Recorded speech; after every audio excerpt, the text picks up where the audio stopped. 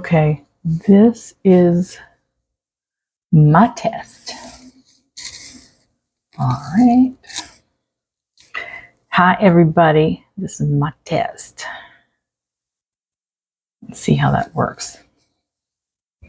My test. Hi, everybody. I hope you're doing well. I wanted to talk to you about getting older, whether you have cancer or not. My primary care physician had said to me, okay, you have ovarian cancer and it's terminal. You know, life goes on. Still have to take care of all those other things. But I didn't actually expect to be here. So now that I am, life goes on. And I have to deal with all those things about being over 60. I wanted to share some of those things with you, whether you have good health or not. Everything falls apart, even if your health is strong. Okay, so the cats always have to be in there. Now, Gomez is not in the house because Chris took him to get a shot. And he pulled the carrier out, and I thought, oh, we're going to have to trap this cat. He walked right up and jumped in. I was like, thank you, buddy. That was easy. So I don't know if Gloria knows he's not in the house or not, but we'll see. Maybe she'll just keep getting in the frame. So anyway, I digress. So I put together this little list of things that kind of suck about getting older. And I thought either you share these things with me or you're a little bit younger, and then let this be a warning to you to be prepared or to take better care of yourself. I'm not sure what needs to be done in your case, but there are just some things that I didn't see coming. So I wrote down a little list, as I do, and well, whether you're 60 or 50, stick around to the end, because the end one is the tough one that a lot of people have to swallow. You're going to want to know about that. So the first one is about caring less about what the hell other people think of you. Now, we think less about how we dress. We don't tend to stay up with the trends. My only rule with that is that I've told Chris, if I wear a polka dot shirt and striped pants, which I just avoid buying so I don't have that problem, stop me at the door. Don't let me out. That's a deal breaker. Okay, I'm done. Okay. I will say this. At 98, my Aunt Doris passed. She was the oldest one in the family, outlived everybody, and she had no filter at all. I don't think she cared about anything. She cared about everybody else's business, but she didn't care what. She didn't care. Just screw it, said what was on her mind. And I do see that creeping in. Yeah, you definitely start losing your filter. And I'll tell you, the only thing that's worse is when you have a terminal illness. The filter starts disappearing faster because it's like, who cares? I'm not going to be here in a year to suffer those consequences, so I'm just going to say it. Okay, not quite that bad yet, but I don't know. I haven't been tested on that yet, but I might. I have told Chris many times what I'd like to say, but I haven't quite said it yet. And I think one of the reasons is also like your vision might be failing a bit, but you're better at seeing through people's BS.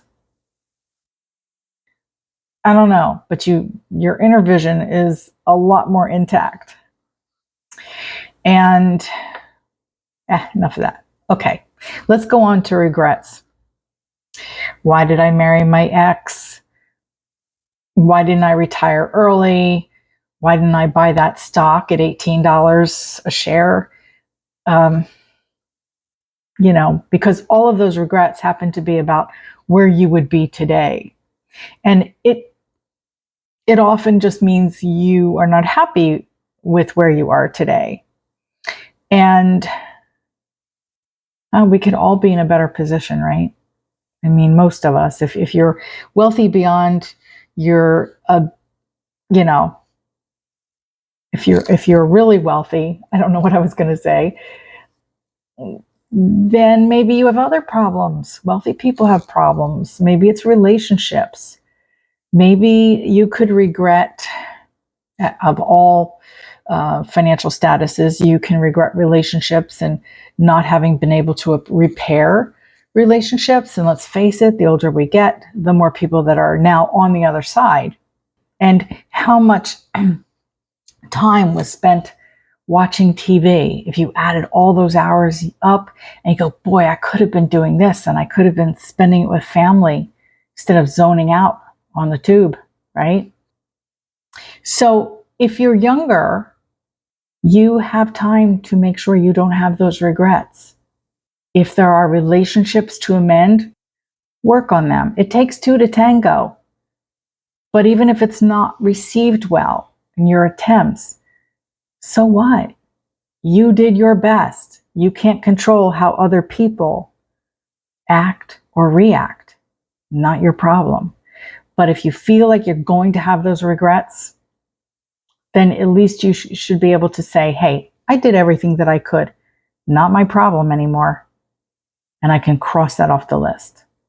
And if you have a bucket list, listen, at any age, you could still have a bucket list. You saw me. I rode in a Corvette. I hugged a cow. I painted.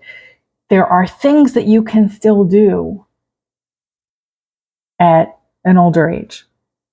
But if you're younger, it's easier to do it. Work on your dreams. Work on what you can. Book that trip. Loneliness. Loneliness is a thing for older people. Not everyone. Many people were social their whole lives, and that hasn't changed. And maybe they still have a lot of friends. But for a lot of people who, like me, I have a lot of friends, go to lunch, whatever. I don't have a bestie. All right. My bestie has always been my partner. And I'm okay with that. I've always been okay with that. But as we get older and start losing friends, I haven't lost a whole lot. You know, it's harder to make new ones now. The whole game has changed from when we were younger. We're less likely to get on apps, you know, whether it's dating or platonic. I don't even know if they have the platonic ones. A lot of people that are older don't get online. They don't look at community events. And quite frankly, they don't want to. So they don't put the same effort in, but they still want the friends. And unfortunately, there is like a payoff there. Making new friends, it doesn't fit into the equation so much anymore.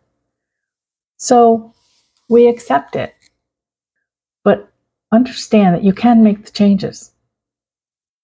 Everyone can meet new people. And if you're bedbound, you know what? Have somebody show you how to use a laptop if you don't know how to. Get on social media. You know, the old dogs can still learn new tricks, but have some connection to the outside world. I recommend that. And if you're younger, cherish those connections and think about, you know, plan B when you start losing people. You know, just understand that this happens and you could avoid it while you're young. There's a lot of loners out there, and loners just become lonelier. And even though it doesn't seem possible, people in their 60s and older still meet the love of their life, even if it's a second time around. Maybe it's not the love of their life. Maybe it is a romantic connection. Doesn't have to have sex involved.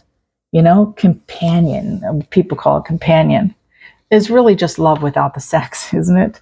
But I think that many people can and still do meet a partner at a later time in their life. You You have to be the partner, though, that you're looking for. So you have to look at yourself first and go, am I dateable? And if you don't think you are, then make the changes you need to make. And I'm not talking about things you can't do something about, like nobody's going to want me because I don't have money. Just change the things that you can. Lots of people without money are lovable, And I think that when we lack things, it lowers our self-esteem. It lowers the bar. It means that we're going to settle. And I don't think it has to be that way. Okay? It just doesn't. It's never too late to improve, to feel better about yourself, and to reach out to others if that's what you want to do. Like I said, some people are set in their ways and go, no, I'm not doing it. It's not worth it. But there are other people that would like to do that, but don't feel they have the confidence to do it. So maybe grab a family member or a friend and talk to them about that. They might have good suggestions, some very viable suggestions based on what your particular situation is. Okay, aches and pains happen. Let's talk about the physical situation about getting older. It's frustrating when the body starts betraying you. I woke up with a shoulder injury. Yeah, I think I injured myself in my sleep. There's a lot more popping and crackling and I wake up with arthritis pain. I wake up very stiff in the morning. I can't go straight down the steps like this because my feet are stiff and I have to kind of go, I go down. You know what I mean? No, it would be down. So, and it's very slow going. The next time I go down the steps during the day, it'll be much better. But, all the while I'm going really slow and I've got Gloria at the bottom of the steps yelling at me, feed me, because she's hungry. And I think, I could go on and on about the body betraying you. Even when you're relatively healthy, things start sagging. And at one point, about a year ago, I remember just feeling my earlobe and I'm like, God, that's thin and it's longer, and then knowing that your earlobes and your nose continue to grow, I'm like, I need lighter earrings for sure. So if you're younger, that's what I'm going to suggest to you. Don't wear really heavy earrings on your earlobes because they will start pulling a lot faster. You don't want to age before you need to age. I don't want to ever age, but that's the way it goes. Yeah, everything is just, gravity takes over. But that's not necessarily painful. It's just not fun. But we have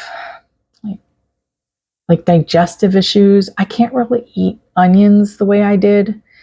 And if I order something and it has onions on it, I won't always say no onions because I like the taste of onions, but I'll pick most of them off and I'll still wake up with heartburn at midnight. And that is just no fun because most of the medications for that are preventative. So you're supposed to take it when you eat the onions, but you don't always know you're going to get heartburn and what's going to give it to you. Spicy foods, my tummy doesn't like anymore. My mother actually used to carry Rolaids. I guess that's the equivalent of Tums. And sometimes Tums, I think one of both, but she always carried those in her purse, no matter where she went. And I never understood that. That's one thing about getting older. You do start looking at being your parents. And I remember my mom getting aches and pains, but this month I will have outlived her. And she had breast cancer.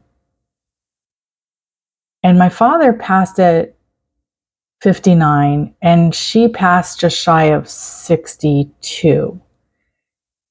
And before I was diagnosed with cancer, I mean, this last time around and knowing that it was terminal,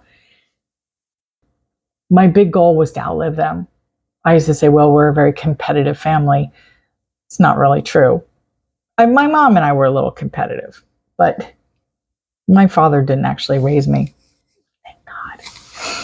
So yeah, I look in the mirror and I go, oh my gosh.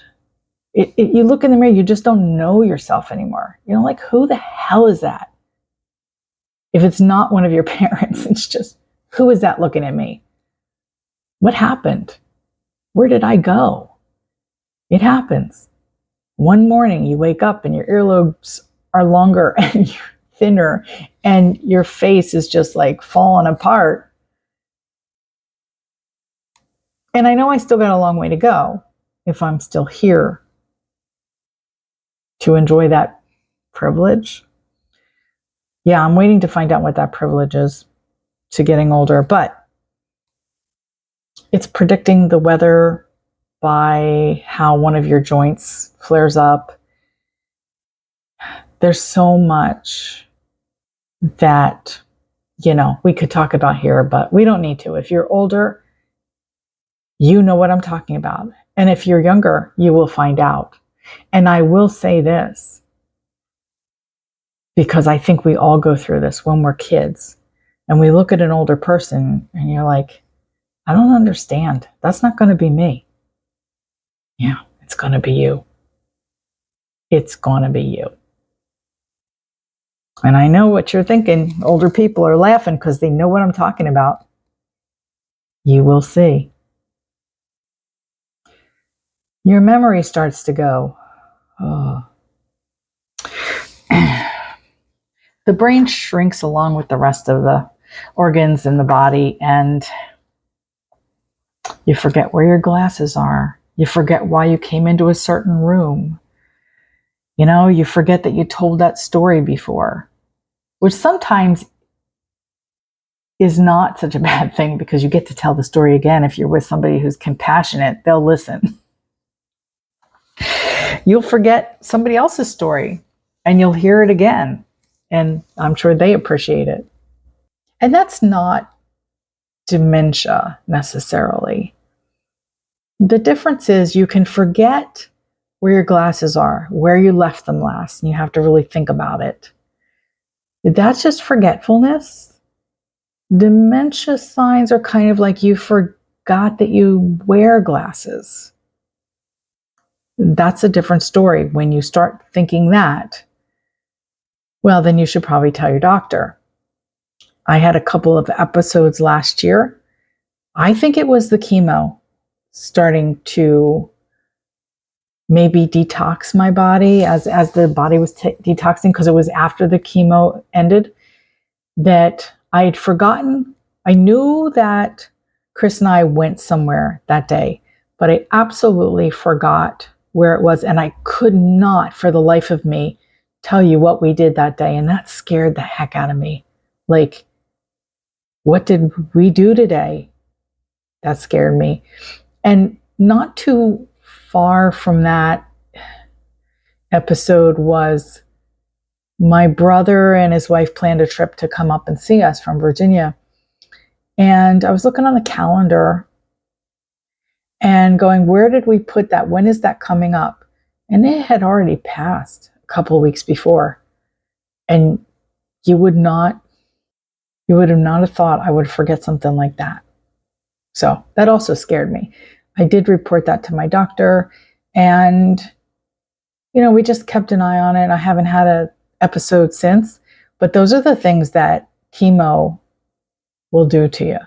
I mean, not necessarily permanently, but it is part of the brain fog the brain fog syndrome. See, right there, you start messing your words up. That's also part of chemo. Stuttering, getting your words wrong, that kind of thing. So another thing that kind of sucks, even if you don't have cancer, every moment counts now. If you look at the average lifespan, whether it's in your 70s, maybe your family lives a little longer than that, you're still coming down to it. there's a good chance you're not going to be here in 20 years. When you're younger, you're invincible. Everything is fine. I'm never going to be that old. Forget it. It's going to happen. And you don't start appreciating every day. Now, if you are diagnosed with an illness, a serious illness, a terminal illness, then you start appreciating every day. You know, my goal is to make every day count, even when I don't feel well. But just in getting older, you start panicking a little bit. Like, I don't have time to do that now. And that's part of the regret system. But what I can do, I've got to do now. You know, when you start scrambling, because life is precious and you don't realize it till you're there. So listen to me, younger people. Not only should you make every day count, you should live your life to the fullest. I don't know too many people that get to the end of this and say, I have no regrets. There are a few. There's also a few people that aren't telling you the truth, because nobody really wants to deal with that. You know, there are secrets people take to their grave. There are people who fear death so much they never want to talk about that. Everybody's got their own journey here. We have to accept all of it, but that's the best advice I can give you if you're younger. And again, people that are older, you know what I'm talking about. You know exactly what I'm talking about. And there's a little tail over there. Oh, that's just rude. Sorry, she's cleaning herself. Okay. So just become aware that your time is limited and make every day count. Taking care of your health. What you did in your earlier days, by the way, will come back and bite you in the butt in most cases. Whether they're still bad habits or not, it comes back to you. And you'll know what I'm talking about. Like, my cancer was not genetic. I had all those testings done. And it makes me wonder if my mother's breast cancer was not genetic as well. We were both smokers. She smoked till the end. I'll be going on probably 25 years since I picked up a cigarette. Probably too late. I was a smoker the first time I was diagnosed. And since my cancer was environmental, there's a good chance that this is what caused my ovarian cancer in the first place. Quitting smoking may have been too little too late, but not for other parts of my system. I truly believe diabetes would have been a lot worse. I would have had a lot more neuropathy because it affects the circulatory system. So I've given all that some thought. But even making changes, even little changes after 60, can still count. If you can make changes, make changes. You know, not everybody can help it. But if you can help it, take control of your health. And younger people, yeah, do those stretches, do those deep breathings, do the yoga. Older people too, if you can do it, you can do it. Great. Not everybody can do it. Not everybody wants to do it. But if you can offer your health a little help, it can make a difference. Because all those waking up in like with those body aches and pains and stiffness, it's not fun. It's not fun, and even healthy people get GERD and all that stuff. So anything that can be prevented or just holding things back a little bit is a big deal.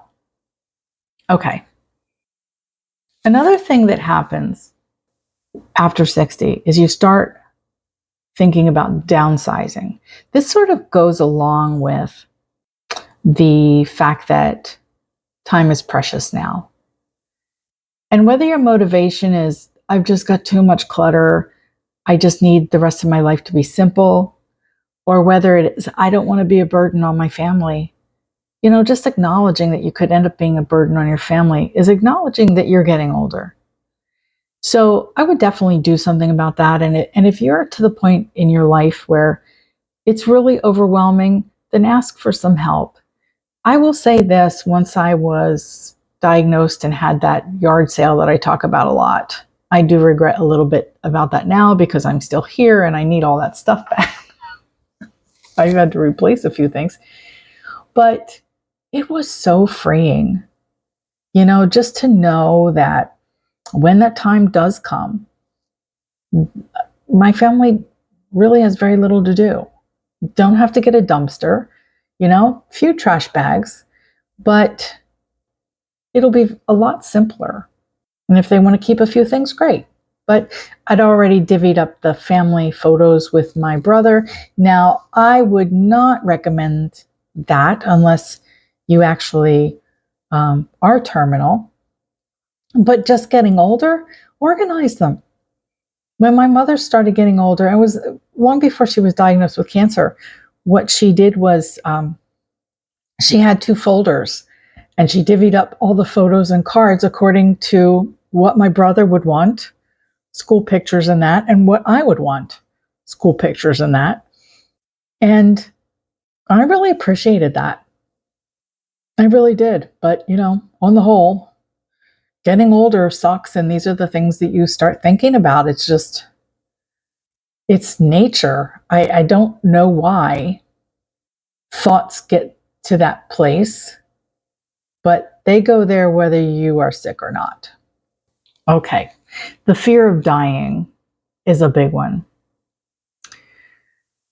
I don't fear death, but dying is a big one. Most of us do fear that. How is it going to happen?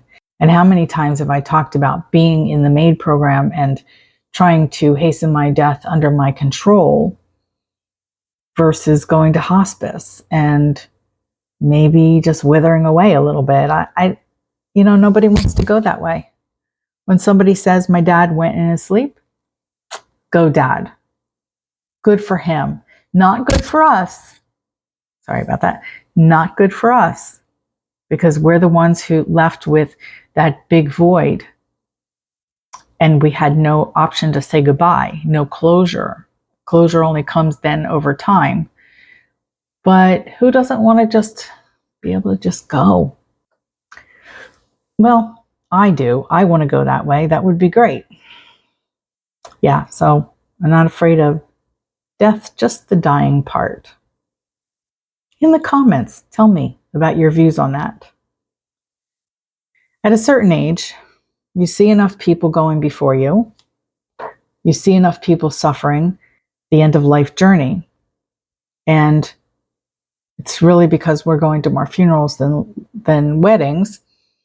And so you start thinking more about your mortality. And hey, like schoolmates are going, so I can't be that far away, right? That's what naturally happens.